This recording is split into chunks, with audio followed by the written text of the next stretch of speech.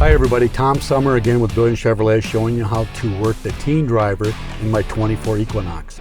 All you need to do is hit the settings icon, go to vehicle, scroll down until you get the teen driver, tap that, hit continue, create a 4-digit PIN number, 1, 2, 3, 4, hit enter, 1, 2, 3, 4, hit set, hit OK, view report card. It will show distance driven, maximum speed, everything in red will show you default, everything in red will show you what your kids are up to. Hit the back icon, change their settings, you can change their speed, you can change their audio, and you can change anything that you want to customize your teen driver.